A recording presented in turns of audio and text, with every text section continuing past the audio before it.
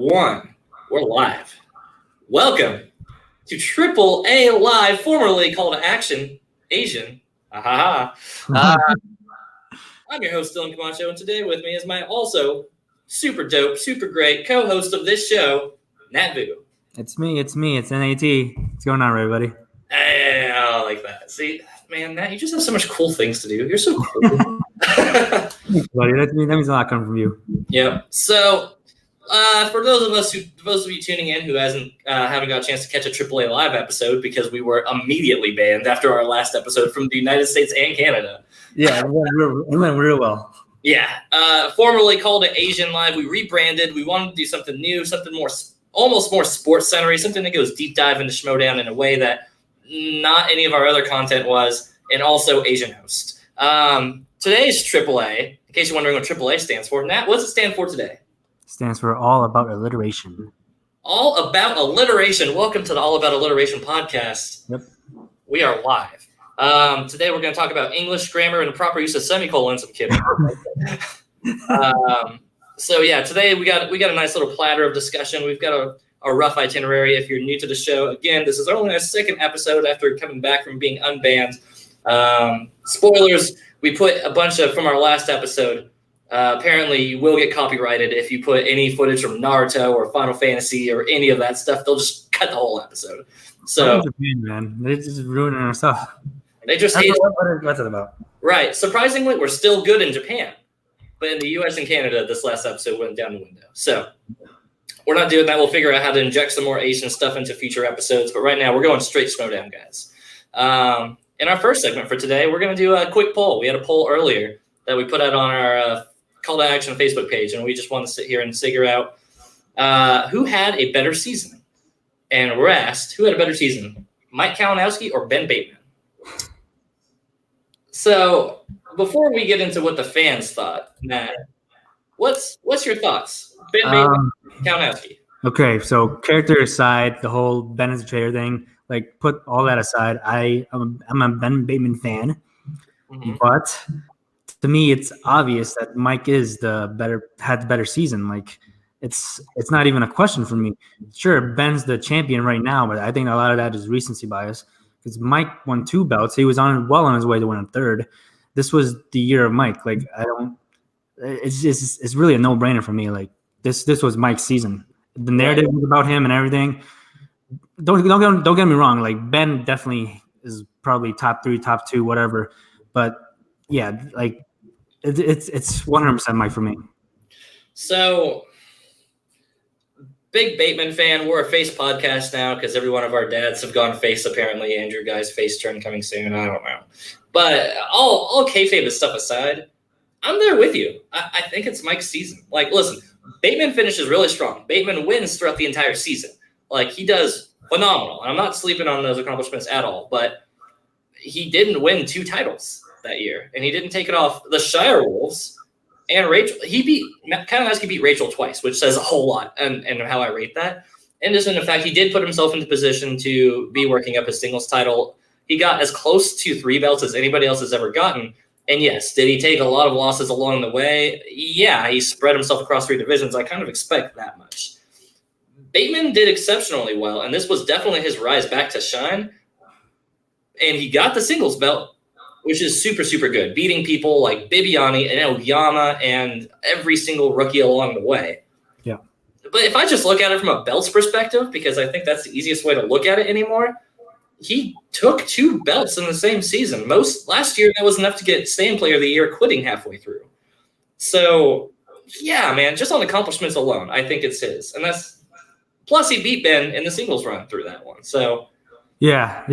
I definitely want to point something out. Danny in the chat says he started on top, but everything fell apart in the end. See, that's what I'm talking about, the recency bias, because he got to the top to begin with. Like, he got to the top twice. Ben also got to the top, and he hasn't had the chance to defend it yet. But Mike was – you're just thinking about the last part of the whole season. But if you look at the season as a whole, then Mike dominated. Like, the whole storyline was about him and his journey and his quest to be a double champion. Yeah, man, I'm there with you, but let's see what the fans think. I think it'll be an interesting twist. Definitely no biases for being an action podcast at all. And overwhelmingly, Ben Bateman at 70%. Over on this with a grand total of 10 votes, which, okay, admittedly is not a big sample size. But, all right, so out of 10 people, if we ask 10 of our fans who had a better season, Ben Bateman or Mike Kalinowski, 7 of them put Ben over Mike, which is wild to me. Like, all right, I'll get it. Recency bias is a huge thing. Absolutely a huge thing. I think we go in there and we see, Ben Bateman coming in, winning, beating Bibiani on the run that he had, beating Oyama, the undefeated kid in singles. And they're like, yeah, undoubtedly, it's Ben. Ben finally won a belt as well. Those are all huge deals on that. And no discredit to Ben at all on that amazing run. But 70% in Ben's favor is pretty miraculous to me. Yeah, I could understand if it was like 60-40 or whatever, if it was a little bit closer, but 70-30, that's crazy to me. That is wild. If you're in the chat and you think Ben Bateman had a better season, go ahead and give us some reasons why. We'll come back to this discussion kind of back and forth as we're thinking through. I can see, again, recency bias in singles champion. I wonder if that's not also an over evaluation of how prestigious the singles championship is too. I was actually just thinking that. But to me, okay, the singles belt is the money belt. It's the main belt. It's the main event. But to me, the Intergeekdom belt, winning that is so much more impressive because the questions are such deep cuts. And if you look at the people Mike's beaten, he's beaten Rachel Cushing, he's beaten Kevin Smets, he's beaten a Murderer's Row. Like, that entire division is stacked. So it's just, to me, his run is more impressive. Yeah, totally agree, my friend. But I don't get anybody from that. I think I saw Lucas have a comment in there, Nat. If you want to pull that one up real quick. Lucas was adding, for me, it was it comes down to the fact that Mike had an incredible season. He also had a hard fall. The hard, the taller you go, the harder you fall, however that phrase goes. The bigger you are, the harder you fall. Yeah, there we go. Yeah. We got that. Exactly. Justin Square also in here. Big shout out to Justin Square. I love that guy. He was great at Spectacular. Started the season with 1 belt, lost it, got the same belt back to lose it again, got the team's belt just to lose it. I know getting into title matches itself is an accomplishment, but I don't. Ben has not lost the belt, but he has also not defended it yet. So we don't know where his run's gonna go.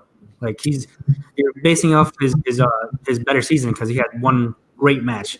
And granted, he had a very impressive tournament run. Like, he ran through everybody and on his way to win the belt, but still, like. Yeah, I get a lot of people's points. I do. I disagree, but that's why we have these discussions, guys. We want to we want to start with a poll. We want to see that's interesting. We'll talk more about Mike towards the later end of this show. If you're a IG person or a teams person or a singles person who's got a match with Mike sometime in the future, think you might be playing him, tune in later for Competitors Corner a little bit later in this episode. We're going to give you the study guide, how to beat Mike. We're going to deep dive into his win-losses and his strengths, weaknesses, and really see what's the strategy going against Mike. But we'll get to that part a little bit later. Let's transition into the episode here, Nat. So coming on up on this next little segment, we have a little thing called How's My Kayfabe? Oh, wait, hold on. I got a banner for this. Stay tuned. Who do we got today? We got the movie guys. That's Paul Preston, Adam Witt for everybody at home, the wonderful, exceptional movie guys. And in this segment, How's My Kayfabe? I always wonder if I misspell that. I feel like I usually do. Yeah, it's K-A, not K-E. K-A. Yeah. See, I knew that. Let me get that off. All right. Tell them about what How's My Kayfabe is. Why? Okay.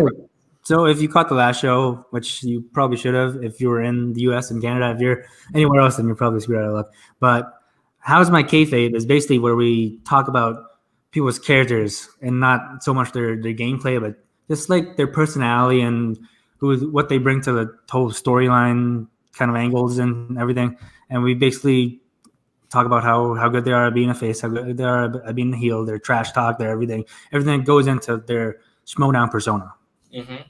And even on top of that, now normally we would do some predictions for storyline stuff and kind of figure out where everybody's going right now. With the draft, it makes that really hard because we're like, the storylines don't exist because the managers haven't drafted yet, and that's a whole situation for another time. We'll be talking about drafts and awards and all that stuff coming here soon, right after this segment as well. But let's get into the movie guys' characters. So, face, heel, this is something that was actually a funny contention recently, and at least on the Patreon side of Schmodown, there was a little comment thread questioning Movie Guys being a heel team because they were the Best New Heel Team Award nominee, and somebody said, "Are the Movie Guys a heel team?" And I don't see how they're not. Like, Nat, am I crazy? Are they a heel team? I mean, see, I'm on the other side of that because I could have sworn they were a face team. Like, there's no like discredit to their commitment to their characters and everything. No. It's more of a comment on me as a person because like those guys are probably people that I would want to be friends with, like those college frat bros and everything. Danny's in the chat; he's a frat bro. I'm friends with him. Yeah, like, but before we started the show, I started watching back their pre-match promos and their post-match interviews, and I can see it now. Like, yeah, it's pretty clear to me because they did things like they got Jen's name wrong, which it's trademark heel team move right there. Yeah, we've seen that before, and I mean, they're not. Paul Preston's just so likable to me. It's hard for me to see him as a heel. Yeah, I mean, I really like his character because they're like the Wildberries, but they're not they're fun in a different kind of way. If you know what I mean? They're Wildberries with like a lot more cocky attitude. Like they're Wildberries who can play the game, I think, and they know they can play the game, but they know it too much, and that's that cocky thing. Like here's the thing: they came in. And the thing I look back to immediately is Paul Preston, and this was in a singles run, mind you. Whenever he had come off his win against Lon, and he did the whole here's the league, here's notice, here's the league on notice. Like that whole thing. I'm like heel, great heel presentation, like crushes it going in with that. Movie Guys as a whole came in. I can see the argument for the first match they came in with. They came in very happy-go-lucky on their thing, and they lost. They didn't get a chance to show off like that winner cocky ego. I think a heel really shines in a winning match interview. In a winning match interview, you see that ego flowing, right? And they come in and it's forgetting me. Who's the team they beat? They don't think they've won any team matches. Team matches. They lost to Inky in the Brain. Yeah. So man, maybe all right. So even more so to that point, then. So either way, they came in and they just have this cocky attitude, and it's just so shake weights and like it's so frat bro-y thing, but it's everything they say and do is just coming with this cocky attitude, right? And I do think that you're right. They have such a likable like demeanor to them. It is hard to kind of go immediately hail with them because you're like, I want to hate them. They just kind of seem a little douchey, but low key they seem like really great guys. Like, I like douches. Yeah, like I don't know, maybe it's because we're a heel, like we have roots as a heel podcast, so we're like, no, these guys check out, we'd hang out with them. Like, yeah, it is one of those things where it's like, wow, okay. So they have a unique heelness to them though. They have the cocky attitude, but they're also just party dudes. Again, like you said, I think Wild Bears is a great just side comparison as a team. Yeah. Where Wild Bears is objectively a heel team. Like they come in, they shit talk all the time. They don't care about anything. If they cared about the game and performed well, they would be a full-on heel team. But because they don't care about it, they're just like, whatever, we're just gonna play it and get hammered and just like mock everything. They mock everything. Makuga used the belt as floss. Like, yeah, that definitely wasn't a face move. That wasn't a face move. So yeah, I think there's a big translation here that says that like in that same way, Movie Guys has that same vibe where they come in here and they're just like they have that better than you attitude already. Mm-hmm. But they are extremely likable. And I do think there's something to be said as well with a lot of stuff that was going on with Paul and Paul's personal life kind of bleeding through as well. So it's like impossible to like dislike the person when all of that stuff was coming through as well. Yeah, and like you said, like for me personally, it's a little bit harder to differentiate between confidence and arrogance. Mm-hmm. To me, initially they seemed confident to me, like they could back up their trash talk. Paul Preston, especially, like if you watch the singles run. But right. I mean, it kind of like it feels to me like they're kind of like the jobber heel. If you're not familiar with the term, you're not a wrestling fan. A jobber is someone who constantly loses and makes other people look better. Mm-hmm. I think that kind of thing works with the Wild Berries, where they're not winning all the time, but Movie guys are legitimately a good team, even though they haven't won yet. They can back up their trash talk, but at the same time, jobber heroes are usually more fun, and they're meant for comedy. And I think that's what movie guys are. And just a brief tangent. I don't know why everyone in the chat is talking about poutine, but Yeah, I'm saying in the chat, everybody's talking about poutine. I'll get to that. Like, we'll get to the poutine thing. You guys keep going poutine on in the chat, you animals. But yeah, no, it's strange. I do think that they definitely punch way above their grade though. Like, here's the wild thing: is that they keep after the Shazam match, they lost up. Adam Witt especially, and this Adam Witt I think had like a pretty middle of the lane performance in this first match. Adam Witt came in strong. Like they both did. Him and Paul both had an amazing match in Shazam where they almost won, which would have been the biggest upset of the whole tournament, hands down. oh, easily. So, yeah, I think that confidence is there, almost diffusing. I like it in this way, is that if they use that confidence in a very diffusing way, that people have seen what Paul can do in the singles run, but I think people don't give Adam Witt enough credit. So they could go in really undermining the movie guys, and I think they could sweep people if people like came in with really lighthearted expectations of them. Yeah, definitely. And I also want to like comment on I think I just love that their entrance song is Seven Charmed Life. Oh my god. Because like them, Seven Charmed Life it sounds all fun and it's all upbeat and everything, but if you look into the lyrics, like yes. It's about meth addiction. Like it's a dark song. And I think that speaks volume to them as a team. Like on the surface, they're all fun and everything, but there's an evil inside. Like if you don't look, you might not see it. Yeah, that's great. If you haven't, for the record, seen the lyrics to Semi-Charmed Kind of Life, it is like every DJ's secret love thing to like song to put on there, knowing what the lyrics are. Go check out the lyrics to Semi-Charmed Life. And yeah, I think that's a perfect analogy. I think the song they come into it's misleading. You see that happy-go-lucky attitude, and then they come in there and they shit-talk you and they surprise like you with how much they actually do now. So we'll kind of wrap up this segment and say, all right, let's say that they're in the draft.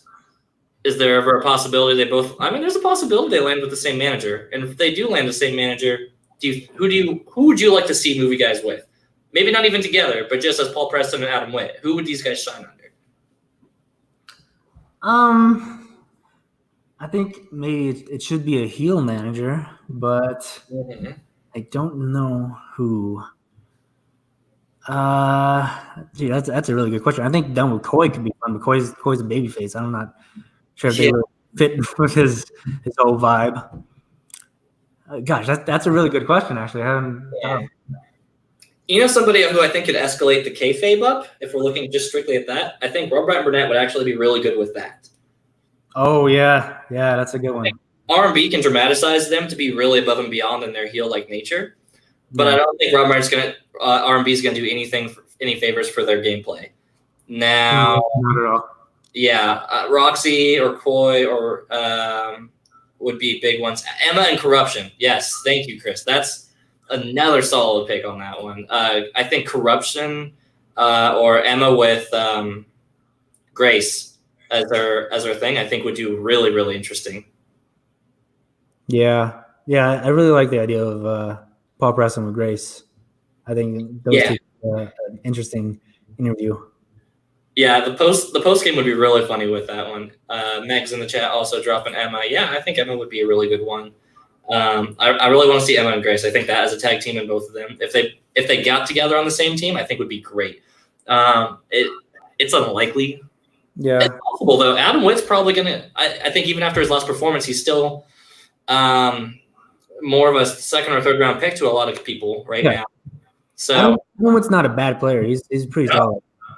No, not at all. I think if anything, that it definitely shown in the Shazam match that he's a lot better player than people gave him credit for. Like I said, he won up on that one. Real quick, just as we kind of wrap up on here, Justin Square had a fun question while we're talking on movie guys. Who's a better player, Adam Witt or Video Drew? That's a lot of parallels because it's both crazy good teams, and it seems that they're the 1B characters, so to be on it. Tom is definitely the lead, and Preston probably has more showings. Yeah. I can't say I love both of these people, both as competitors and in real life. I will say that Video Drew has had more time to show consistency, and had more wins. So I'm going to give it to Video Drew just because she's had more time to show off of a competitor. Adam Witt still hasn't shown off enough for me to see one way or the other. Yeah, I agree with that. I think Video Drew has had more opportunities to be on the table and actually compete. So yeah. I'm going with Video Drew for now, but I mean I could easily see Adam Witt overtaking her within the next season. So absolutely. There's a big asterisk to that answer there, Justin. But we'll both say Video Drew for right now. It's a shame if we never get to episode 1 of AAA Live Unbanned. We do a How's My Kayfabe on Tom and Video Drew, and we have nothing but praises to say. But if we get that episode unbanned, make sure to check it out. It should be on this channel. If we don't get it unbanned from the U.S. and Canada, it is a lost episode. You viewed it or you didn't. So, yeah. Anyways, without further ado, let's move on to our next segment then. So. This next segment is a little thing we call perception versus reality, and I'll kind of explain that. Let me get a banner for it really quick, actually. So perception versus reality is essentially this. We look into some things like what's something that a lot of people think in the Schmodown community or reactor community or, just in the sphere of things, I guess is how I would say this. And we rate it against, do we think that it's actually grounded in reality? I think a big thing that we sit here and say before was... whenever we were talking last episode, if you caught it, it was Oyama is Oyama a strong champion? Essentially, we talked into saying, people said, oh, Oyama is going to lose the title at Spectacular. And sure, he did. But it's crazy to think why people thought that when he's an undefeated champion in singles. So we deep dive into that to kind of say, well, let's challenge this perception. People think that he's going to be a champion who loses, but look at all the stuff that says otherwise. So in this episode, humble plug to Call to Action podcast here on the channel. Pull this little banner up real quick, perception versus reality. We're here to talk about a perception that seems to be going around right now, that Call to Action podcast and its recent nominees for the Schmodown Awards is a pretty high nominee for winning the After Show Reactor Award. So I'm going to make the bold perception. The bold perception. Challenge me if I'm wrong, chat, because there's a lot of reactors in there. Cinefanatics with the greatest snub of the season are in the chat. Mm-hmm. That Call to Action is the shoe-in for that award. Now, I'm going to be real humble here and say we've done a lot of hard work, and that's a fair perception to have, I think. But here's the thing that we're going to get into that with. So there's the perception that we're going to win the award, that we're the favorite for that. I still think it's a lot tighter race than people think. Because here's the thing. Schmodown after fan reactor content, as wonderful as all of it is, perception, take the banner down. Fine, Jake. I'll take the banner down. So, sorry, I gotta rub it in. Don't. Sorry, Chris. I love you, buddy. I'll see you at the awards. So, the big thing with that is that here's the gimmick, though, and I think this explains a little bit into why the Cinefanatics got snubbed, is there's a lot of blind voters in the fan reactor side of content. Let's be honest, not every fan of Schmodown watches the fan reactor after show stuff. And no discredit to any of the other people on the ballot, 100%. They're all great channels who put out good stuff. At the same time, though, I think that the fact that Cinefanatics isn't there means that there's a lot of blind voters. And a lot of blind voters are just going to go off what name they see the most or what content they see the most, or if they actually have clicked on a fan stuff, the one they did like. And thankfully, we put out a bunch of content, so we've got a lot of recency bias there. But the dice are still very much rolling on this category. Nat, what are your thoughts?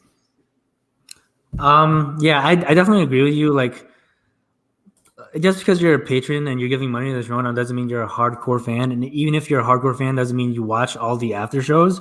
So a lot of people could just be coming in and voting for whoever, like randomly. Like I know that's something like I've done in the past in different polls and everything. Like if I don't know something about a category and I have to vote, I will just vote for someone random.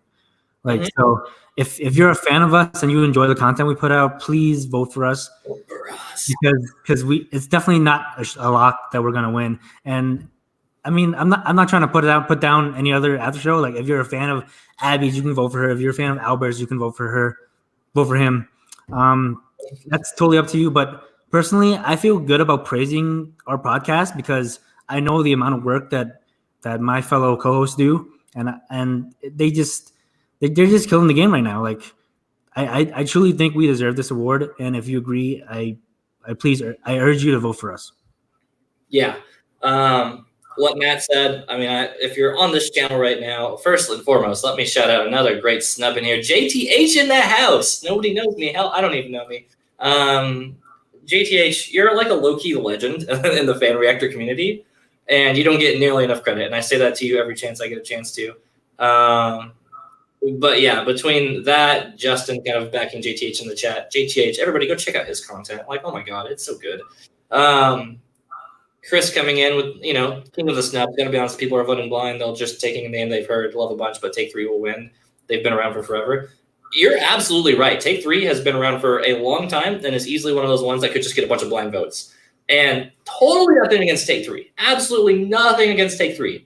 I've got to meet a lot of their cast and talk with them and work with them, and we're in the works with something right now. The Take 3 guys and girls are great. Yeah.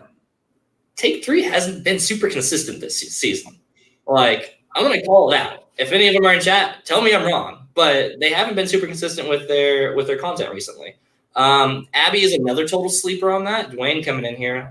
My dude, Dwayne, has the best shot just for the blind voters, just to find Twitter threads quicker and shouts her out a lot. Absolutely right. I am not ruling out Abby's chance to take us out one bit. I've said from the beginning, if anybody takes it from us in a surprise vote, it'll be Abby. Yeah, Robert, exactly my point. Take 3 hasn't put out a lot of Smowdown content. So it was surprising to me as somebody really deep in this community that saying that Take 3 overtook Cinefanatics, and a couple of the votes were coming on that. And that's not that Take 3 doesn't deserve it. This year just hasn't been their strongest run. Yeah. But look, exactly to your point, Nat, looking at the past years before I was heavily invested in the fan content, I mean, I didn't watch a whole lot of it before. And, this I think has been the most fair year for us as reactors across the board because we don't have Schmodown Rundown in there anymore. And Rundown was going to win a whole bunch of times because it had that official sponsorship. I mean, it did. It had the Schmodown title in it, and it was being aired on the show, being plugged all the time. Frank had his own little segment after episodes for a while. So, of course, they were the ones that got exposure. So, yeah, they were going to win by landslides all the time. So now that it's a fair contest across the board, it's still hard because there's a lot of eyes not watching all this fan content stuff. So not a lot of people have educated opinions, and uneducated votes are scary for us there in the community. Albert, another person who could easily overtake it. JTH is a lesson. He's been around the community the entire time. Totally right. But see, in exactly that point, we in our fan community, our fan reactor community, definitely know some of these people who are like slept on and snubs and all this stuff. Cinefanatics, JTH, amongst the high ones on that. And no disrespect to Take 3 at all. I genuinely think that they are great, and when they're putting stuff out, they're on it. But Roka endorses Take 3, knowing that they haven't put out a whole bunch of stuff. Abby could totally steal it with Twitter followers and all that stuff, man. It's a dangerous award. Like, this is the most dangerous award based on the ignorance around the votes. That is entirely my take on it. So that's kind of the perception versus reality segment, guys. I think that while I would love for us to be the favorite, there's a lot of people who might just vote against us just because they think that we were expected winners for that part as well. Yeah. Yeah, Jake following up on it as well. If Late to Party had done more Smowdown stuff, they probably would have won based on name because it's just in the community. Oh, 100%. Oh, yeah, they were competitors. If you've been a competitor, and this is a Cinefanatics low-key jab, but if you've been a competitor on the show, people would vote for them just because they like their competitor, like them as competitors on the show or their characters. If they like them, never even watched that Late to the Party thing outside of that, they would have gotten votes as well, which is why I'm glad Late to the Party isn't in the polls, because I think that influences a lot of how that goes. Yeah, so that's just the truth, guys. This is the most chaotic poll thing in the entire awards, 100%. So if we win, I'll be super thrilled. I think that we've done the work. We've done an award-winning amount of work on this podcast this season. Absolutely, I have no doubt on that.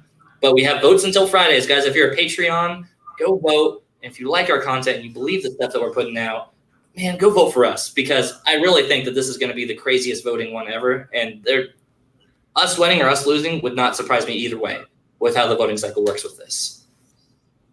But yeah, I'm not trying to go to California just to watch us lose. So please vote for us. I'm going to listen. We're going to be at the awards here at the AAA livecast here on Call to Action podcast. We're going to be there.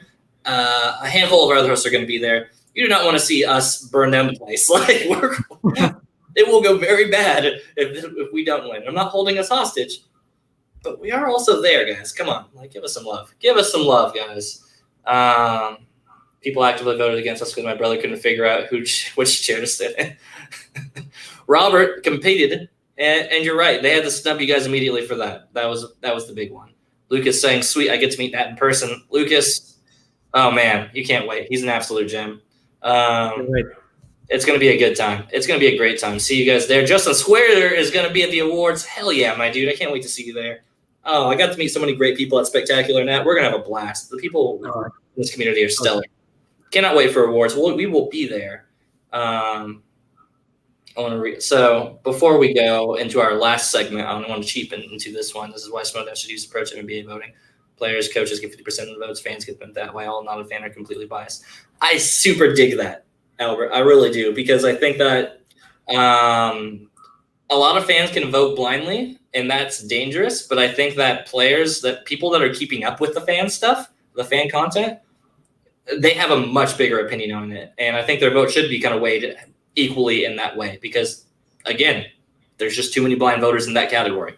I don't blame them. I'm not going to expect everybody to watch all the fan content. And there's a lot of us fan podcasts out there. So that would be a lot of time spent watching Snowdown.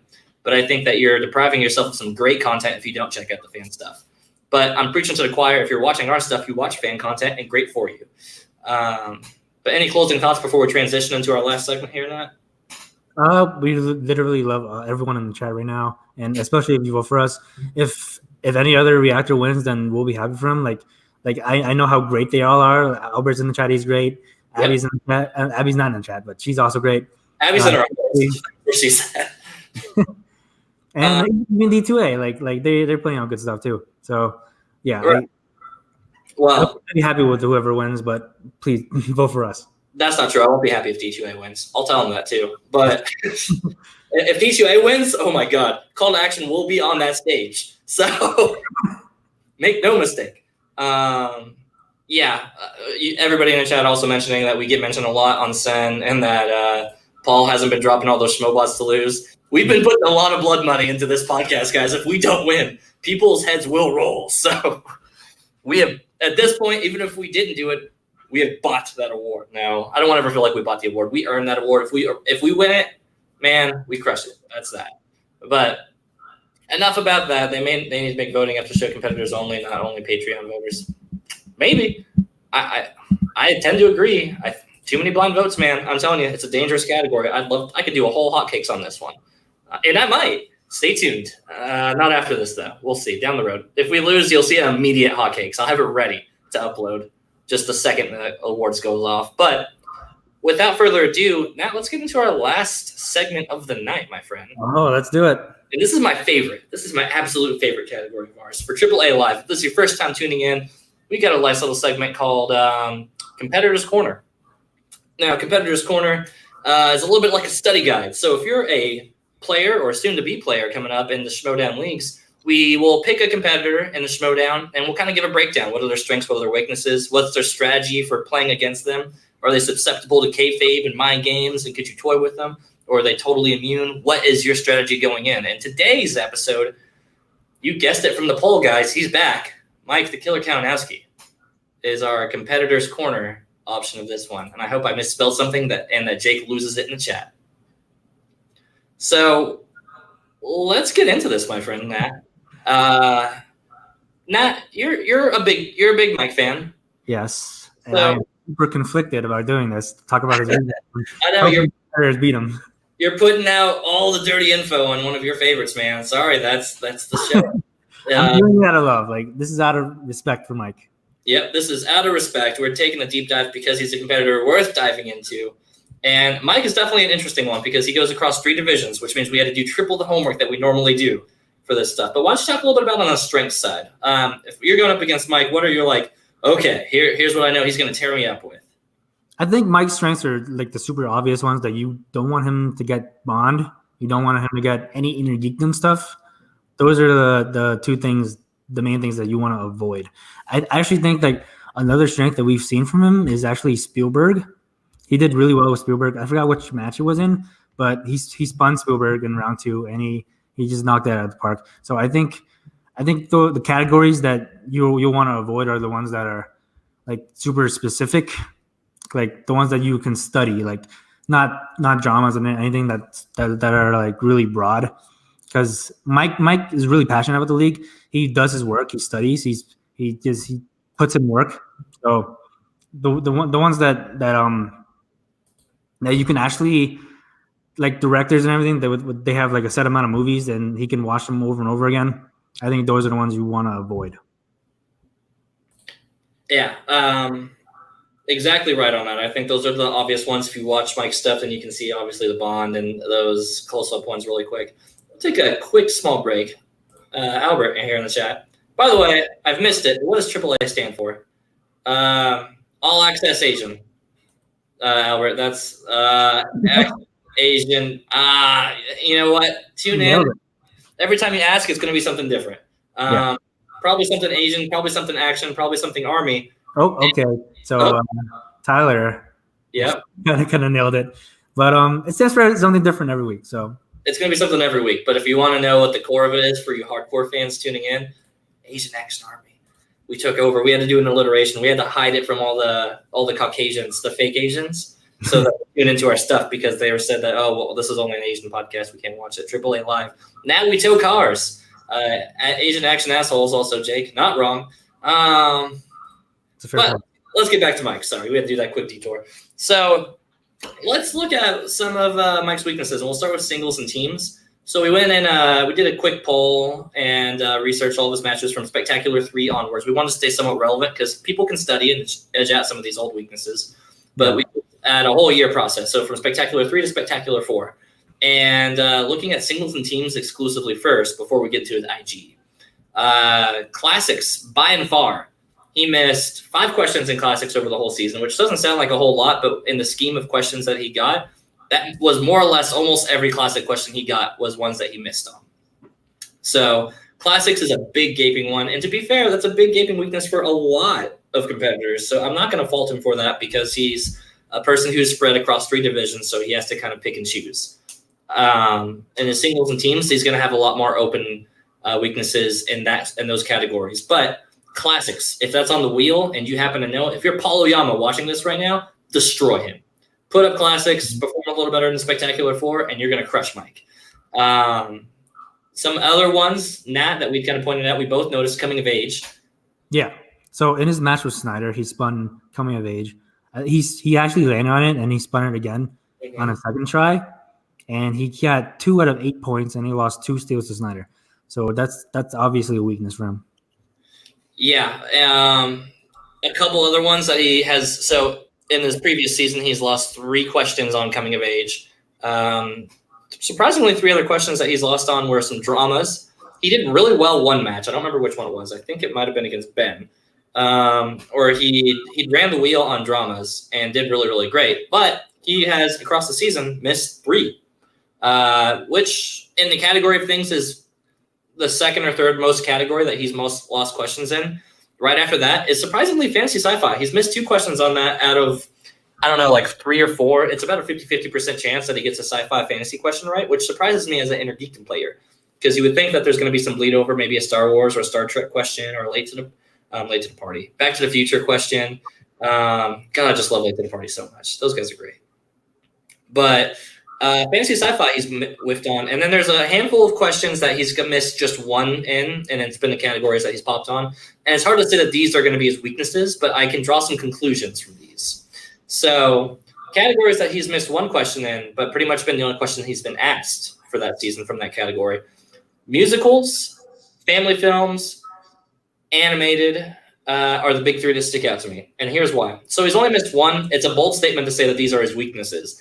But musicals is generally a category that most male competitors probably would suffer in, and it doesn't come up often enough as somebody's strength for, I think, Mike to think I should study this.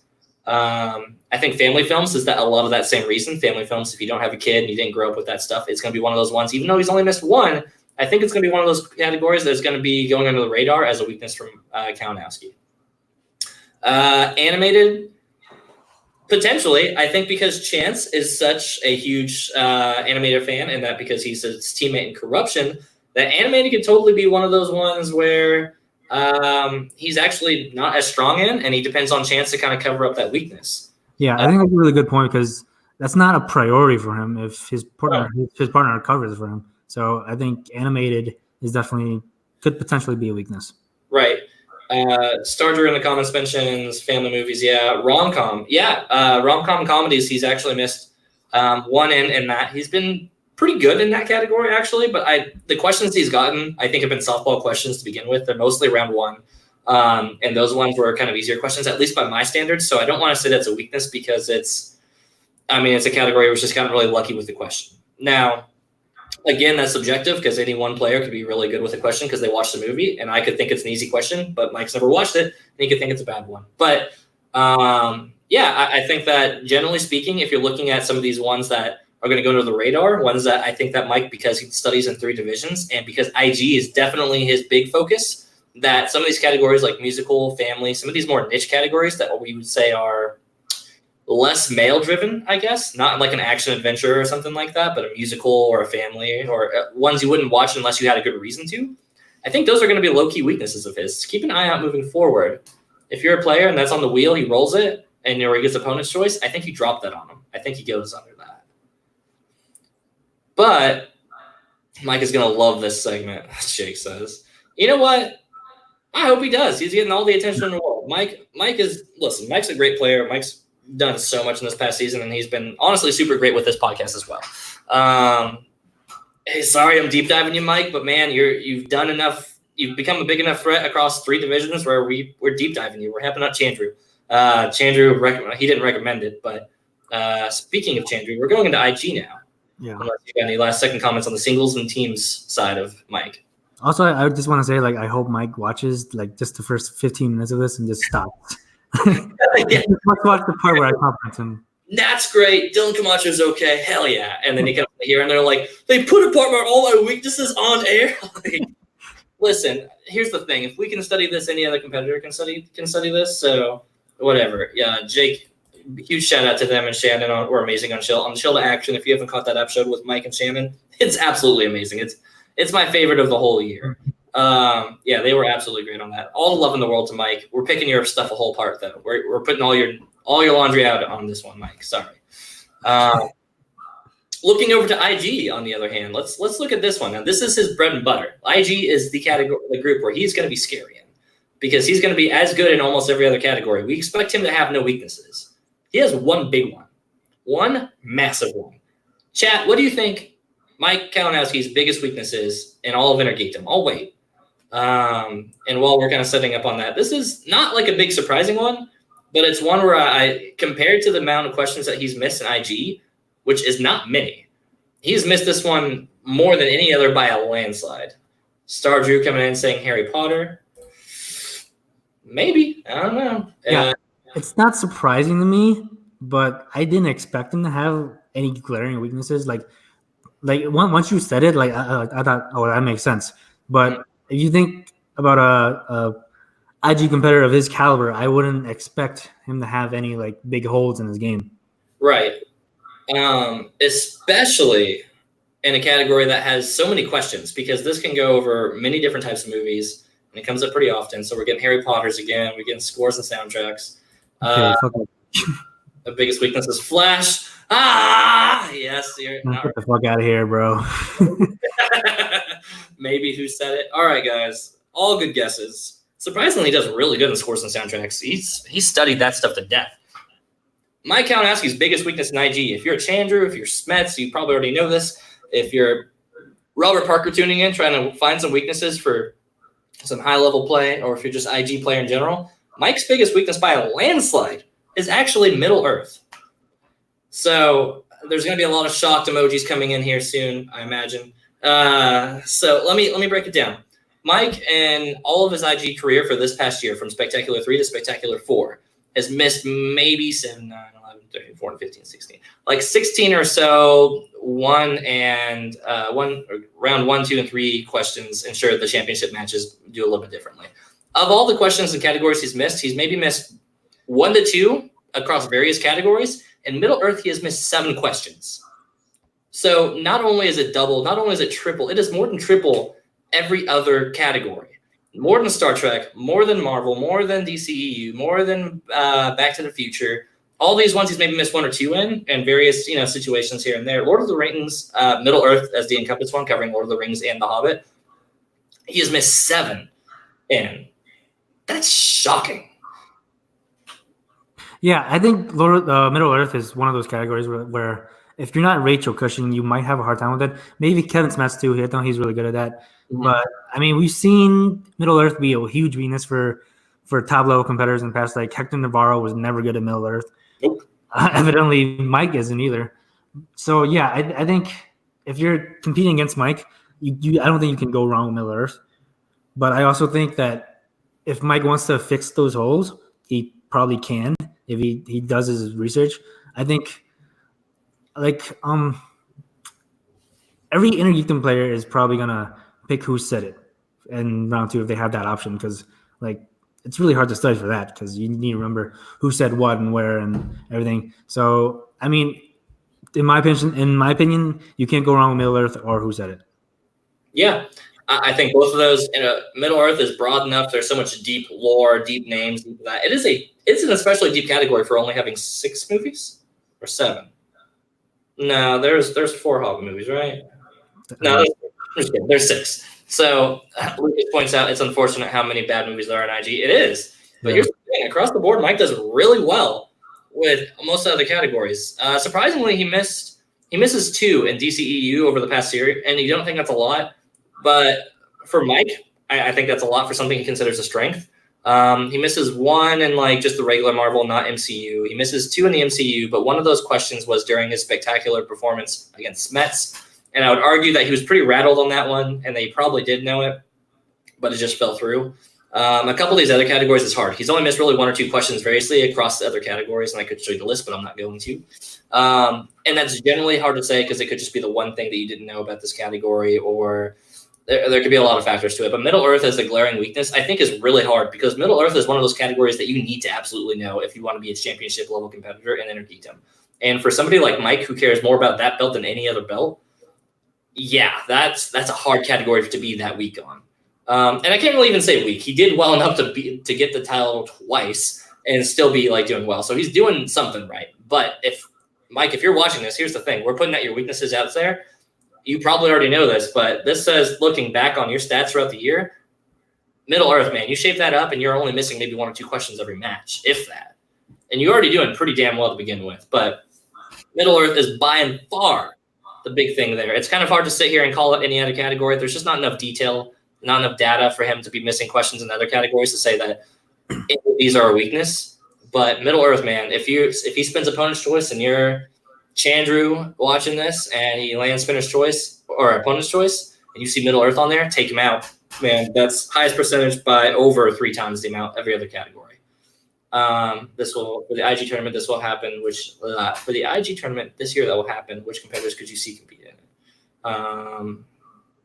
That's a great question. We'll get to here in a second, Brian. Let me get on this rant real quick, and then we'll wrap into that. But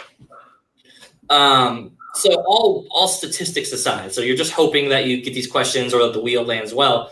Nat, let's talk really briefly. Here's some underrated things. So sure, the game is about 70% trivia, 30% mind games, though. Does Mike fold under kayfabe pressure?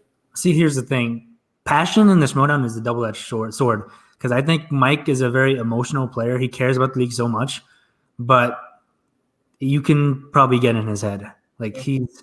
I think you can easily rattle him, and once you rattle him and once you take him off his game, he's a lot easier to beat.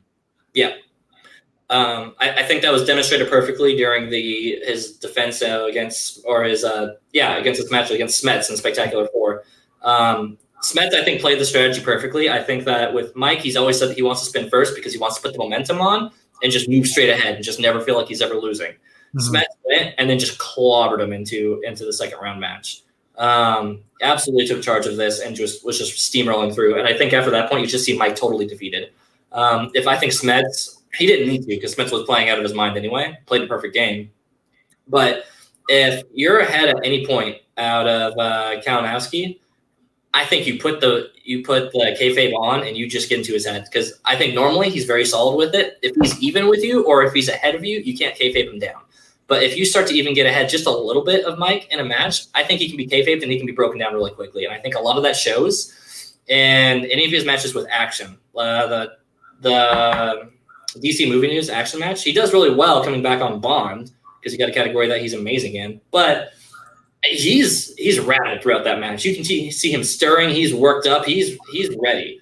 You can see him break under that pressure. Yeah, I definitely think one thing you can't do when you're playing Mike is give him momentum, because if he gets momentum, he will run straight to the victory circle. And I think, like you said, like you need to go double down on kayfabe. I think Kevin Smith is the perfect foil for him because he goes in with a stone face. He's all serious. He's just this intimidating presence. Mm-hmm. I think someone like that could stand a chance against Mike, and obviously he did because he beat him. I also think, as you saw, Team Action versus DC Movie News, just lay down the trash talk. Like that stuff gets to him. Like it takes him off his game. Yeah. I think the trash talk part is really underappreciated in the match across the board. Maybe so here, shout out to Brandon Hanna. I think Brandon Hanna is one of those few heels that actually works his character in the match a little bit more than anybody else in the league right now. There's not really strong in-match heels. You know, you have a lot of it inside and outside, pregame, postgame. But in the match, I think, let's say if you're Brandon Hanna, I think that if you get ahead on Mike, you're spinning first. If you get ahead at all, you're spinning first, and you're not letting him get any of that momentum. You push ahead, even if he plays the catch-up game. I think you kayfabe him the entire way down, and you start hitting him with the kayfabe, and you start rattling him because he is rattled. I think he performs great under pressure, but he can be rattled. So the strategy going in Geekdom, guys, just to recap: Middle Earth, hit Mike with it, get ahead of him, spin first, don't give him a chance to get momentum back on. Always be ahead of Mike, because once you're ahead of Mike, Mike is already in his head, and he's going to be trailing backwards for the rest of the time. Albert with Flash. No, it is not like mocking Flash. We're not doing that today, Albert. Oh boy, Albert, I can't wait to have you back on this show. Nat may have issues with that. But any closing strategy thoughts on beating Mike Kalinowski, Nat? I think I've said pretty much all I have to say. If you're going to compete with Mike, you need to have the knowledge. Obviously, that's a must because he's a top tier competitor in all three divisions. But just like we said, double down on the kayfabe, double down on the trash talk. Know his weaknesses, know what to spin away from, and yeah, I think if you put in the work like Mike has, and you study your opponent, I think it's fairly easy to come up with a strategy against him. Mm-hmm. I think beating him is easier said than done, but it's definitely possible. Yep.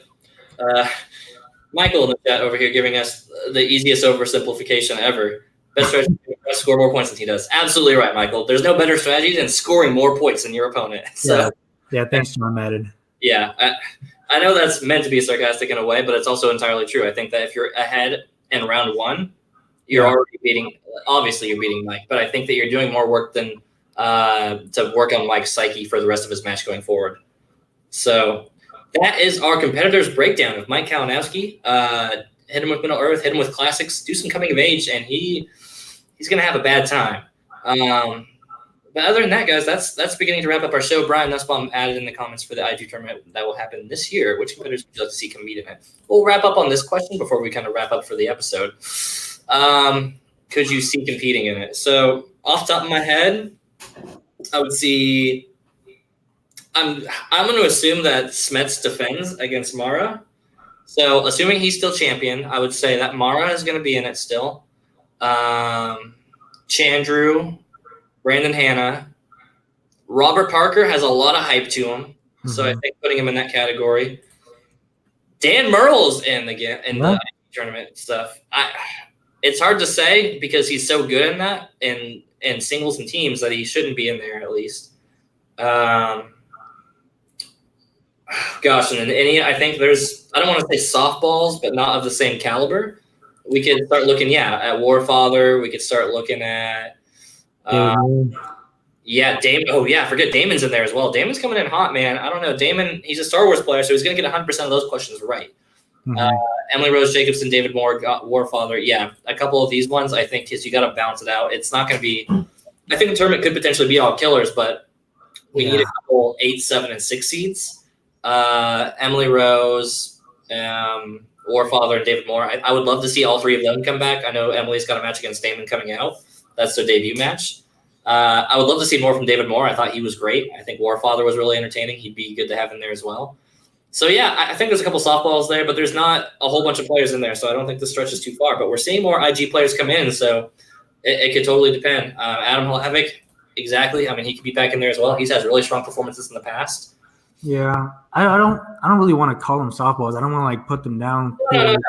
Yeah, like David Moore, Warfather, but I just think there's such a huge skill gap there. It's two different tiers is how I would describe it. I don't think that they're bad players by any means. I think they're solid. They would beat me and probably most people in chat, like hands down. But if you're comparing it to Smets, Kalinowski, Mara, these are all former champions. If we're looking at Chandru, who gave Smets probably his hardest run in this whole thing besides Kalinowski. Brandon Hanna is not someone we slept on at all. He's super, super good. I would love Mark Donica to come back on that. Oh, I miss Mark Donica so much. Oh my God, Mark Donica is absolutely stellar. I love that dude. But yeah, listen, IG is one of those things that could always surprise you. These characters can study. Emily Rose Jacobson had probably the worst intro match into IG or in Winston. And Emily Rose Jacobson came back strong in her next match against Brandon Hanna. She lost still, but Brandon Hanna is really, really good at IG. All the props in the world for Brandon Hanna, the best horseman. So yeah, it's hard. There's already a lot of talent just looking at it at a glance, and more players are bound to be popping into IG. So I really think that the IG tournament by the end of this year is going to be a killer pool. I think it's going to be dangerous. Justin, I'm with you, man. I'm excited to see how Damon does in IG. Yeah, to me, IG is the most interesting division to me because like they're all just so good, and any of them can win on any given day. Yep. Chris Adams mentioned Zipper. I would love Zipper on that, but I think Zipper has even said himself. Zipper, last time I've talked with him, the past couple of times, I'm sounding really obnoxious. When I talk with Zipper, so now I got to talk with Zipper briefly after Spectacular, and he mentioned that he really likes focusing on teams and singles a little bit more than I do right now. But I think it'd be sweet to see him come back. But I think right now it's a big gap in tiers. You have your Zippers, your Emily Rose Jacobsons, your Warfathers, David Moores, in this category below. But up here, you got a lot of killers, man. There's a lot of championship level competition in IG, and IG is definitely my favorite division. But there's so little fat in that division. You know what I mean? Yeah, for sure. There's just so little room for error. Right. Yeah, there really is. It's the closest thing besides Star Wars, I think, on that. Jake, I'm guessing you're referring to Brandon Hanna on that one. I like the game. I'm not going to slander Brandon Hanna, even if he would probably slander me and come on here wearing a Horseman shirt on this show. But anyway, guys, that's our show. We're going to go ahead and wrap up right here at the hour mark. Nat, where can they catch you at, buddy? You can find me at 90ice44 on Twitter, and I'm Nat Vu on the Facebook groups. And yeah, that's all. That's where you can find me. Cool. Don't forget to mention that you can also catch Nat at the show at all times because we are the host of Live. I'm also your host, Dylan Camacho. You can catch me on Twitter at CAMACH Octopus. I post sometimes. I am now currently unprivate. You can sneak in and like my stuff and subscribe before I put it private again. You can also catch me at the awards with Nat. Catch us at the awards and draft. Vote for us, guys. You have until Friday. If you haven't voted yet and you're a Patreon, you need to be a Patreon to vote. But you can catch us at the awards /draft, losing our minds. We may not win the award, but we will be in its possession by the time the show is over. Make no mistake. You can catch AAA live. We're bi-weekly, guys. We're every other week, so we will be off next week, and then we'll be doing the award show. But then after that, we'll be back again. We'll be doing more Competitors Corner. Tell us what you like in the comments below. Did you like the segments? Did you like the stuff that we're talking about, the way we presented Schmodown? We did some deep dive stuff. I hope you guys enjoyed. Make sure to like and subscribe or hit the bell. Do all those things. Tell us what you like. Tell us what you don't like. If you didn't like a segment, say, toss this one away. All right. Dylan, are you coming to awards? Yes, my friend Oscar Romo. I'm coming to the awards. I hope you're there, and I hope I get to see some more. It was great hanging out with you at Spectacular. You didn't ask me, Oscar, but I am also coming to the awards. Nat is also going to the awards. You can catch him next to me, where we practically look the same, so I can see where it's just going to be confusing. Yes, we'll be at the awards. I can't wait to hang out with everybody again, man. Spectacular was such a blast. Everybody's going to be there. We're going to see the Adams I'm going to be carpooling with the Adams because we're at the same Motel 6. So if you're in the LA area looking for a party, go to Motel 6, any of them. You will find a party of some sort everywhere. Flash, AAA. That's our show, everybody. Subscribe. No. We really have to end it on that, Garth. Thanks a lot. If we had the GIF, I would have Paul play it, but out of respect for half of my co-hosts on the show, that's our show, everybody. We'll see you soon. We salute you. Vote for us at the awards.